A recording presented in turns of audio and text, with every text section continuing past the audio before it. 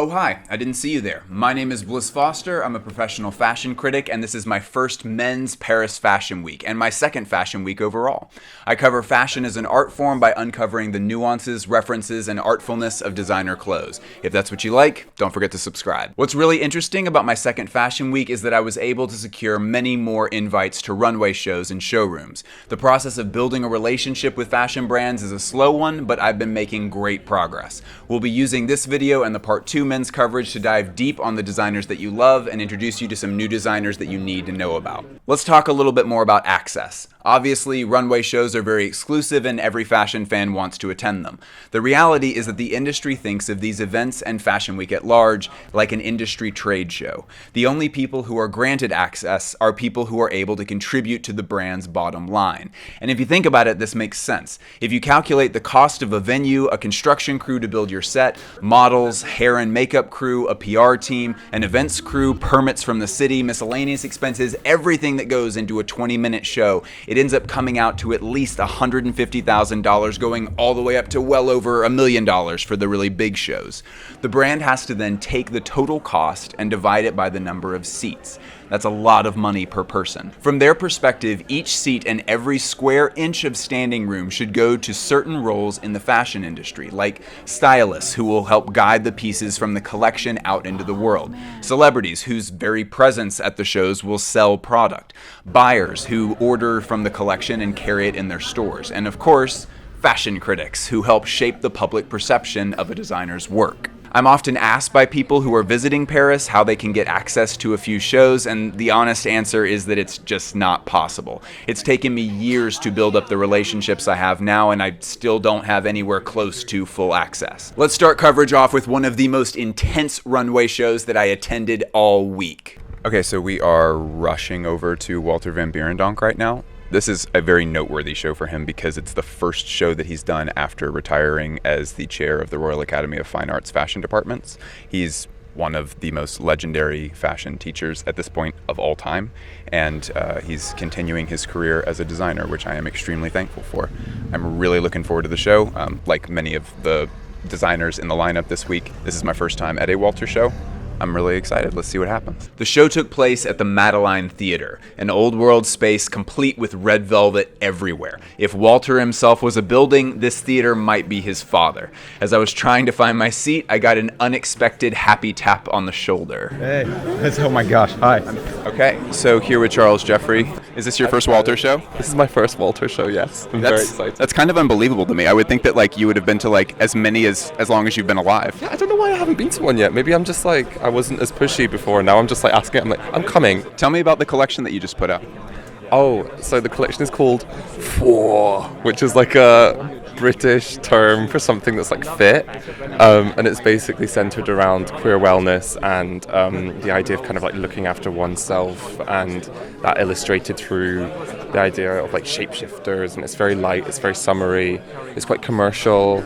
We just wanted to do a summery, bright commercial collection that wasn't too heavy on narrative, just quite light and frothy and fun. So very cool. I feel like your collections over time have gotten more about taking care of yourself. Yeah. Which is interesting because everyone knows you very much as ultimate party guy. It's sort of a lot of people in their 30s when it's just kind of okay, I love having fun, I love music, but I need to slow down a little bit. It's when the hangovers hit you too hard. You're okay, I can't make money off of this anymore. It has to be about apples and green juice and going running, basically. So that's where we're at now.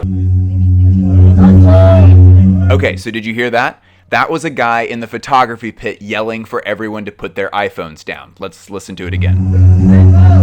Okay, so the guys in the photography pit are the reason that my footage from this show is bad. We'll talk more about fashion photographers in a second. It's super fascinating, but first, the show. Walter's presentation was incredible. His tactic is always to slam a striking collection in your face with colors so bright that you can't imagine it being worn until you try it on for yourself. I've always found it to be shockingly wearable. Something I love in his new show is the detailed texture work.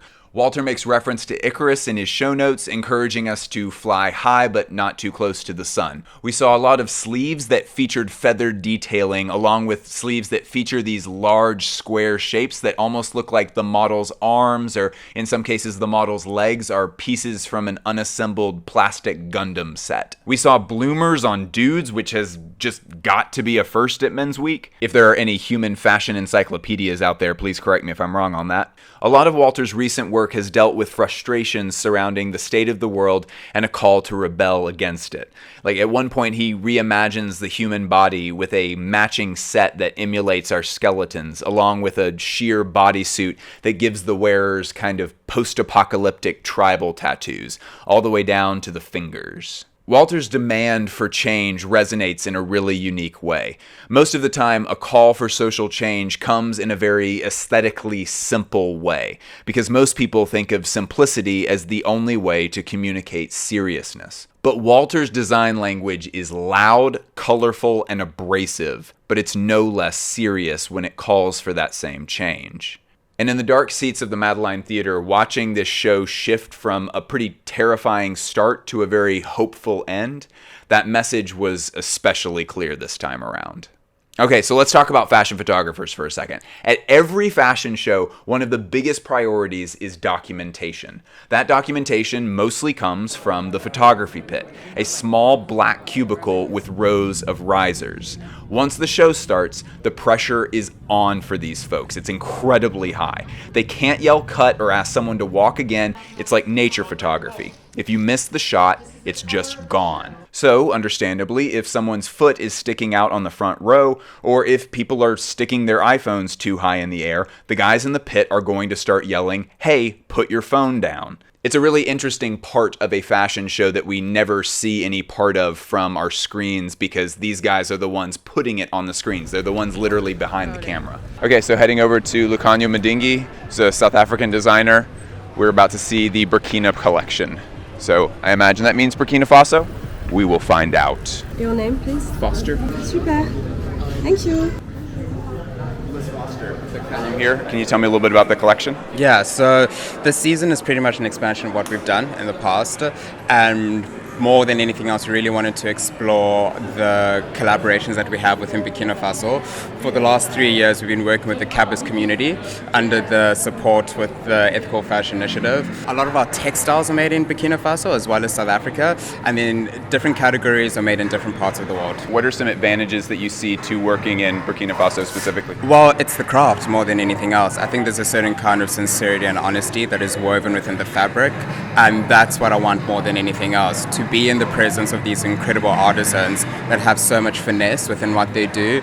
That essentially gets cemented within the fabric, and I really feel you're able to feel that consideration and sincerity. What are some goals that you have for the future, like as you continue to move and continue to work? I'm a designer, and that's my gift, and I think by working with communities that are coming from marginalized groups that have extraordinary amount of talent within what they do, that's the best way that I know how. So to really expand on that and to also bring more visibility to that. Where do influences come in on this, or is that even not a consideration when you're working? Well, it definitely is, but I mean, like, I work better as a collective, so whatever the foundation is, it's always really informed by also those that we work with, and that in itself, just that creative conversation, that becomes the influence, and we see how we can expand on it more than anything else. Thank you so much. This is beautiful. Yeah, so one thing I particularly liked about that was that a lot of designers put a lot of emphasis really on textiles, but not a lot of them put emphasis on like the way the textiles are created. That was sort of a special thing with this collection, and you could see it. It was like really apparent when you were actually looking at the collection itself that there was a lot of purposefulness in the way that textile was coming about originally. I loved it. It was my first time seeing any of his stuff. It was incredible. We're gonna go see this brand that I'm super excited about called All Beneath Heaven. This is a brand new brand. I don't even think they have that many followers at this point, but boy, they are about to. This has some of the highest material quality of any brand that I have ever seen. I'm really excited about this. Also, Frail Boy Hours. Cool. Tell me about this collection as if I have not heard about it before. Okay. So it's called All Beneath Heaven. Mm-hmm. And this is the prologue. So it's the first of what's going to continue as chapters along the line. It's kind of like an abstract autobiography. Let's go through some specific garments. This is a postcard from Frida Kahlo to her doctor. talking about how thankful she was that she came to her exhibition. I just thought that was an interesting place to start because I love the idea of handwriting, not just how it looks, but the idea of that being like this almost tangible DNA. And everything, all our prints are first hand painted and then digitally printed on. And I loved her double kiss that she did on this. And this is a postcard from Picasso to Gertrude Stein. And it's talking about his competitiveness with Matisse, because there was this real kind of, they were friends, but they were very competitive, which I found interesting. And then we have these, which are Matisse's handwriting. This says, "Happy are those who sing with all their hearts." This jacket by an artist called Peter Blake, who's most well known for doing Sgt. Pepper's Lonely Hearts Club Band. He did this painting when he was very young. It's a portrait with jacket with badges. So I'd always been obsessed by this, and I kind of felt it was interesting to take an outfit from a painting and make that a real thing. So this is all, the stitching is all fake. This is canvas, it's made to look like it's a denim jacket. This is like my favorite thing you've ever done. I love this thing. To work out how to do stuff where it's just like perfect across all these different pattern pieces, and having personally never done that before, but also other people haven't really, there's no guidebooks on how to do that. So we had to work out exactly how to do that with blocks and tracing paper over the top of it. But obviously all this stuff has to be like hand cut. And then the other piece, which is this pure pashmina, like feel this. Wow. Yeah. I mean, the best way to feel it, I find. Whenever I was feeling fabrics, this is my trick, is to feel it on your cheek. I have so much sunscreen on, I need to not do that. This feels incredible, though. Yeah. So this is all hand knitted. This weighs 3 kilograms. You have such a sincerity about this stuff, and we have so much irony in general in fashion right now, which a lot of it I like. I think a lot of it's pretty funny, but like there is this kind of huge like downturn of sincere art since like maybe the 40s. Yeah. And whenever someone really like hits the chord and it's just kind of like, it's not a joke. Like this is really like how I feel about this stuff. There's something, I mean, it's risky because that's when like it's really easy to make fun of an artist's work, and that's when there's lots of stuff that can go wrong with that. But you've really hit like a very sincere note with a lot of this stuff that, in my opinion, it resonates really well. I want to put out into the world something that is earnest. And I generally I've found anyway, every time I've been vulnerable with people, they become vulnerable with you. As soon as you start actually being open, that opens other things up. I feel extremely fortunate to be where I am. I took this channel from a hobby to my only hobby to my full-time job, and now I cover Paris Fashion Week in person. Every step of that evolution has only been possible because of Patreon support. If you feel you learn from this channel, I humbly ask that you support it so I can continue to offer coverage like this. It starts at $3. I appreciate you. Okay, so heading over to George Wendell, I actually found out about this guy at first from this tiny boutique in Spain. He used to be in a brand called After Homework, which is like incredibly playful, and now he's branched out on his own.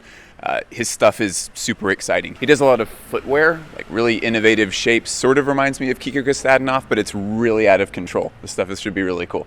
This was a showroom appointment in one of the oldest restaurants in Paris, La Perouse. 1766. That is crazy. This place was a labyrinth. I actually got lost in the empty restaurant on my way out. I couldn't actually include the audio with the designer because there was music playing and I would get a copyright strike. But this brand is notable for a couple of reasons. One, Pierre is 23 years old and this is his second brand, which is absolutely wild. The second is that George Wendell is actually an old French brand that went under decades ago. Pierre bought the rights to use the name from the French government for literally €1 and brought it back to life. The brand focuses on classic French wardrobes for both men and women with a playful twist that Pierre also showed in his work at the brand After Homework. We had standard menswear with some wavy detailing, laced women's shirting that I actually tried on, a towel dress with matching headwear that both featured a variation on the classic Liberty floral print by changing it from nearly microscopic to so big that it almost takes up the entire dress. But like I said, the big standout of Pierre's work is his footwear. I absolutely love the shape of his men's shoes. I've actually had that design saved to my private mood board since the early days of the channel. This is awesome. Very cool. Okay, so we're about to go into Airei. They've had a showroom that's been open all day, but they're going to do a presentation at 5. And the teaser that they put up on their Instagram was really interesting. So we're going to go see what this is about. Hey, how's it going, Drew? Really well.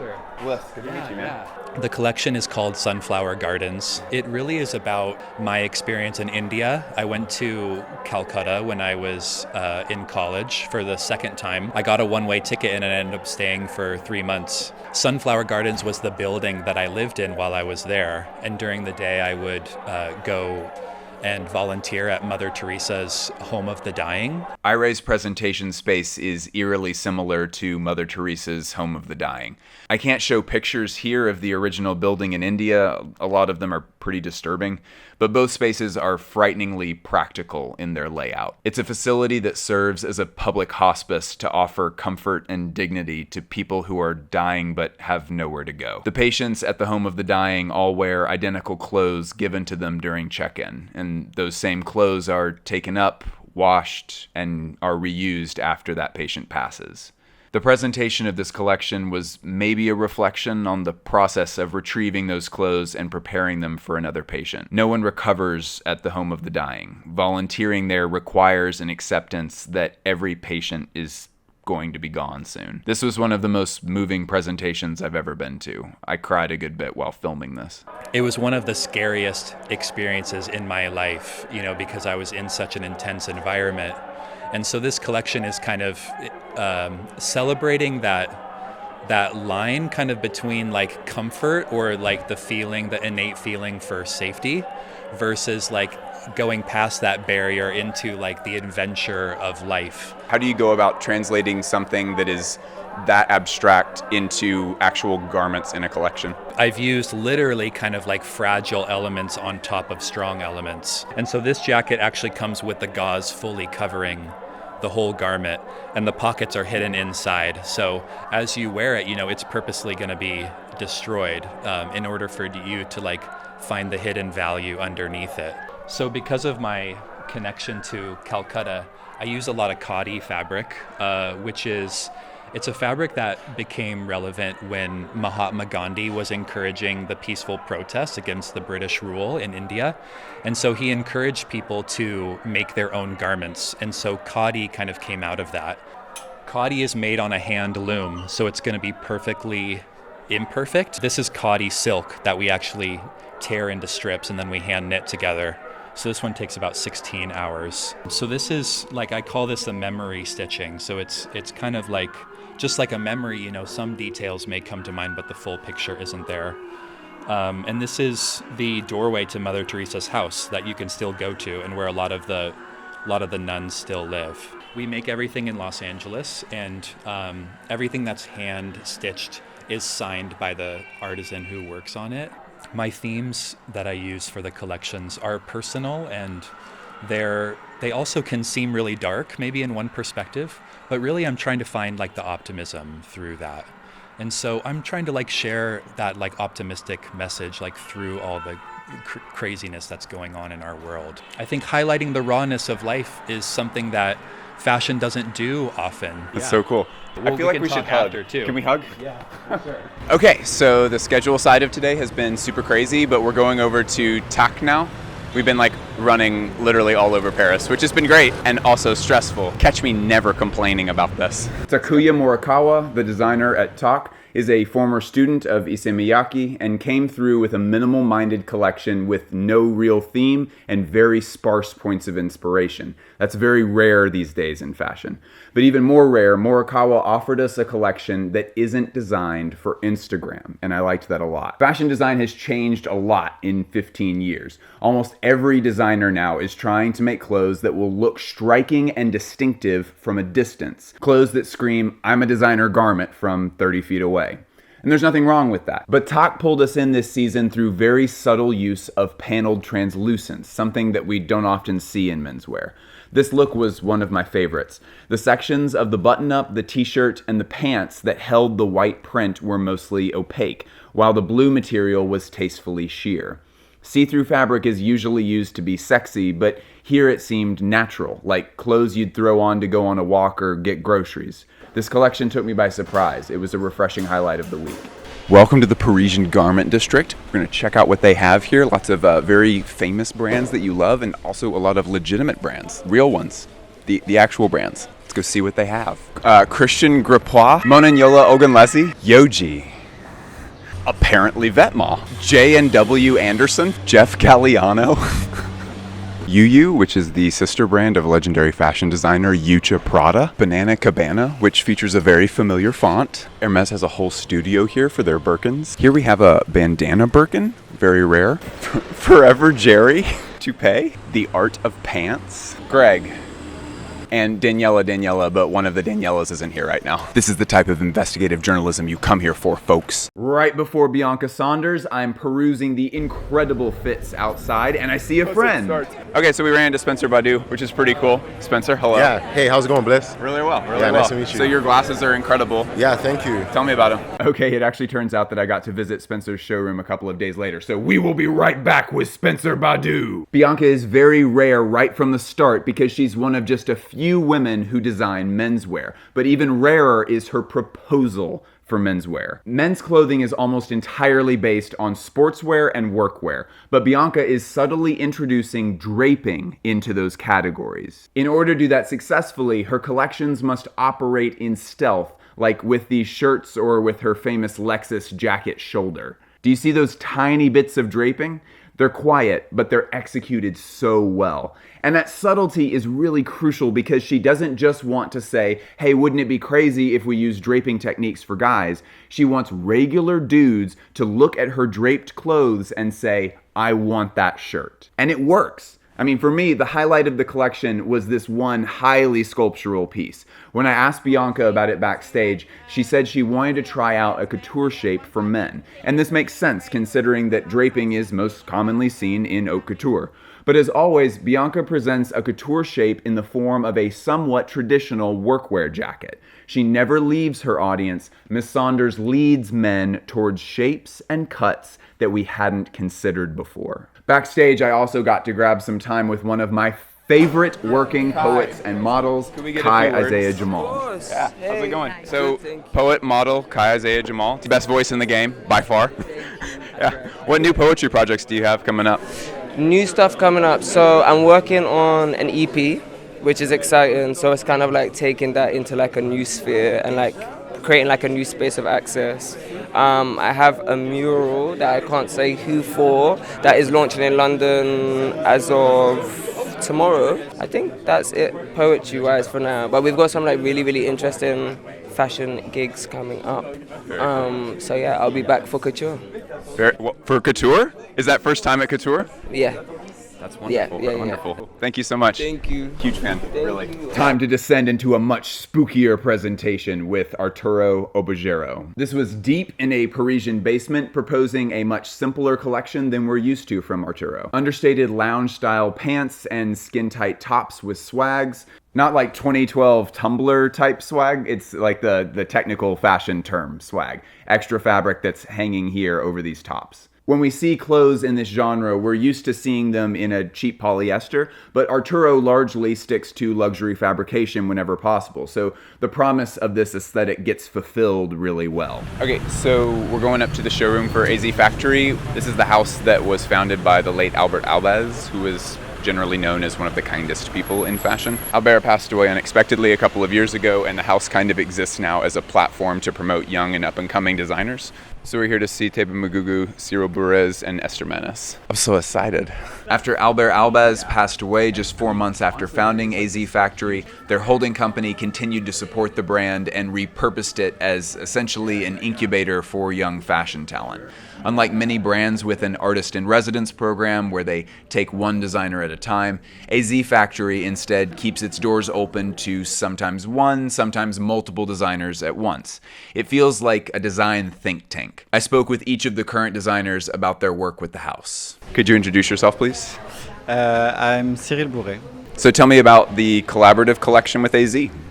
I started with the idea of the athletic couture Alber wanted for AZ Factory, and so I said to myself, okay, if it's going to be athletic, I want to use real sports clothes. I want it to be like real American football, baseball, basketball jerseys. The pieces are really transformed and backed with real couture fabrics that were already in AZ factory as well. So it's completely upcycled. Nothing has been produced for the capsule. It's all existing things.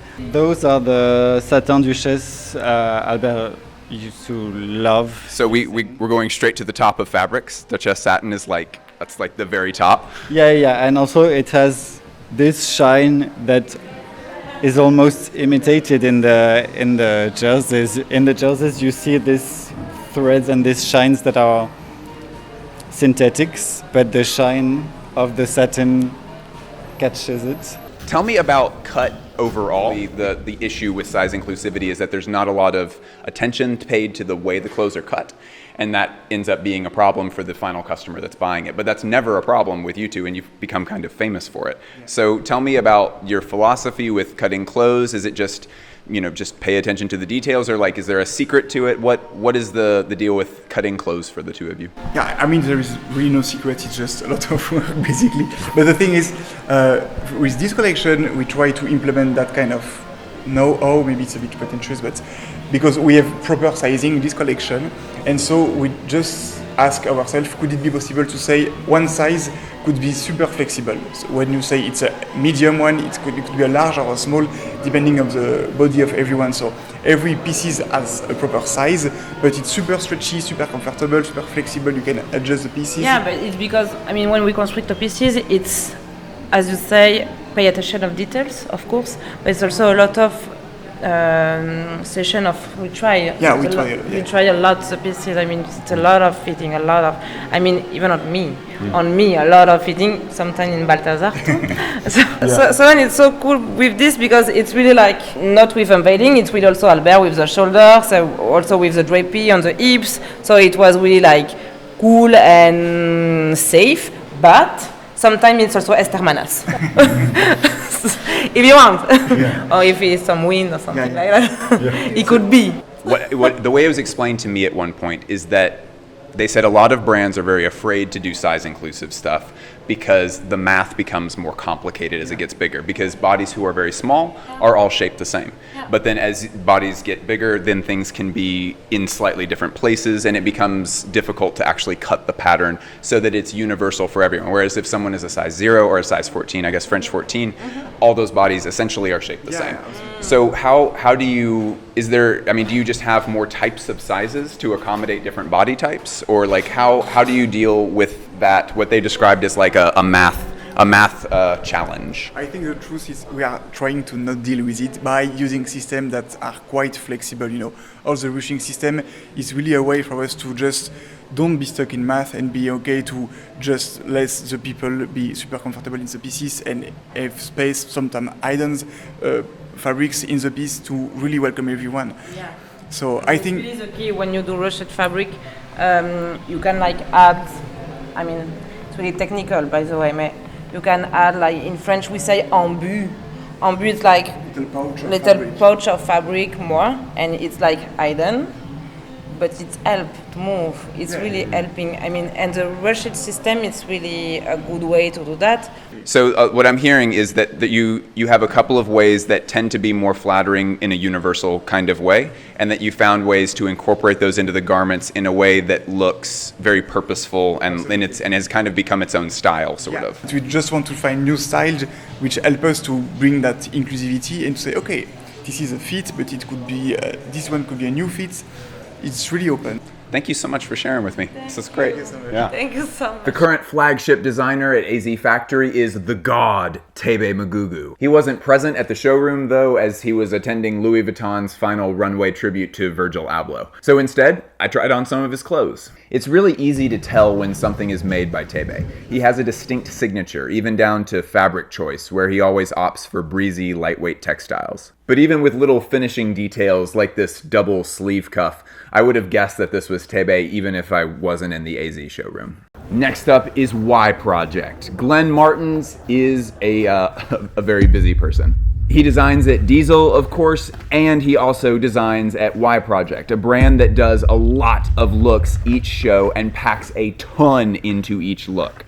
Y Project has kind of become one of the industry's favorite brands. Everyone at this show seemed unusually excited to be there, like this was one of the highlights of their week. I don't want to get into too much detail on this one because one, my own footage was very lackluster because of the way that the location was set up, but more importantly because you can expect a full-length Y Project episode coming soon. But suffice to say for now, there was a ton of humor in these clothes, too many to name, but I specifically remember the AirPods earrings. A lot of complex shapes, some awesome trompe-l'oeil that actually made me laugh in a good way, and some Margiela references that always make me very happy. We will be diving into much deeper detail on this collection in the coming weeks. Okay, so one thing about Paris generally during Men's Week is that it is extremely hot. I'm wearing like not a lot. Like I really am not wearing all that much, and I am just like burning up. I'm kind of dying right now. It's the humidity mostly. The humidity is killing me. There's even like a slight breeze. It's not enough. We're now walking up to Spencer Badu. I'm really excited to hear more about the design element of this because I know that Spencer does focus a lot on the smaller details of design. I'm excited to see what those details actually are. Also, it's hilarious that there are children's clothes here, like just like a gallery of doll clothes. American Girl doll by Spencer Badu. Hey, how's it going? Oh, very cool. What's your name? Luca, cool, bless. How's it going? Good, you? Really? Oh, man. Hello again. Hi, how are you? Good. We only had like a second with you, so I was like, okay, we need to like move and do the journalist thing, but I loved it. It was really good. Thank you. Of course. I'm so excited about this. Can you introduce yourself, please? My name is Spencer Badu. This is our 11th collection. I guess it would be Spring Summer 23. The whole collection dives into the idea of migration. So looking at my parents' history from Ghana to North America. So a lot of the, I guess, tropes in the collection kind of look at more I guess uniforms or staples within like Afro-Caribbean, I guess, garments from whether things that they wore back in the day or things that they wore when they were in Canada. And once they kind of assimilated to those different cultures, there is a lot of different, I guess, themes within the collection. But everything for us is about like uniforms. So instead of just having like, you know, like reinterpret like workwear, I guess, like elements, it's about more or less infusing the collection with these different subtle details of, I guess, more storytelling and concepts. The balance is that we're trying to create like a uniform. So we're trying to find the balance of like minimal, subtle garments, but that are still directional enough to the point where, you know, if someone's wearing it, you know, as their, you know, everyday, you know, go-to pieces, there's still things that are functional, usable, but then you might still get like, you know, a second take, you know, while you're walking down the street. We developed this knit in Portugal. So it's like very like heavy like cable knit, but in between there's these like very like another layer of like knits, but it's very like transparent. So you still get that kind of like breathability, and then we kind of have like their different kind of I guess branding elements. So on our collars we have like a little notch, so that's kind of like a little like, you know, detail that we use to, I guess, more or less identify the brand. A lot of the denim is either like upcycled denim or just kind of like dead stock denim. This is made from like old jeans, so you can kind of see like the pocket detailing. This is from like old carpenter pants. Tailoring, we kind of played with same idea of like the technical wear, so using some like water repellent nylons, but then kind of playing with the idea of like deconstructing. Initially this was supposed to have sleeves, but then we're just like, you know what, let's like rip it off, it's summertime. And then, so we have a lot of exposed linings on the sleeves, and then also on the pants at the hem, we have like the exposed lining, but then we have zippers. If we had a show, there'd be more of a dramatic effect, but the zipper exposes the leg and the lining is like separate, so if you're like walking, kind of more like a, you know. I have to say this every time it comes up. Very Margiela of you. I'm dead. Which is always a compliment. We're talking to Bliss. But yeah, so this is kind of like a shirt. I would always see like my uncles wearing like these kind of like very big boxy shirts, and a lot of them had like very like small frames. Add some like cycling references, just idea of like movement and going places. So more like hidden zippers instead of like, you know, pockets. And then at the back we have kind of like the, you know, the bicycle pocket. Yeah, exactly. Yeah. For me, it's like as I grow older, I'm like thinking of like, because I wear a backpack a lot, like I have like my MacBook or like my whatever, and I'm like, at what age do you put down the knapsack? Like, you know, like at what age are you like, you know, this is like, I can't walk around with this around, like, you know. But I think a lot of the things too is like with the pockets is like trying to get away with the, you know, away from the backpack. So just trying to have as much stuff on me as possible without like obviously damaging like the silhouette. This is awesome, man. Yeah, thank you so no much. worries. Appreciate you so much. Yeah, definitely. Something else that you might not know about Spencer is that he is on the Patreon. I don't know what better cosign I could have. Join the Patreon now. You get access to episodes early, you get exclusive content, and some of the interviews from this video and the next Paris Fashion Week men's video will be released in full in the coming months. Support indie fashion journalism and get ready for the next half of my coverage from Paris Fashion Week men's next week. It is somehow even crazier than the stuff in this video. I love you all a ton. I'll talk to you soon.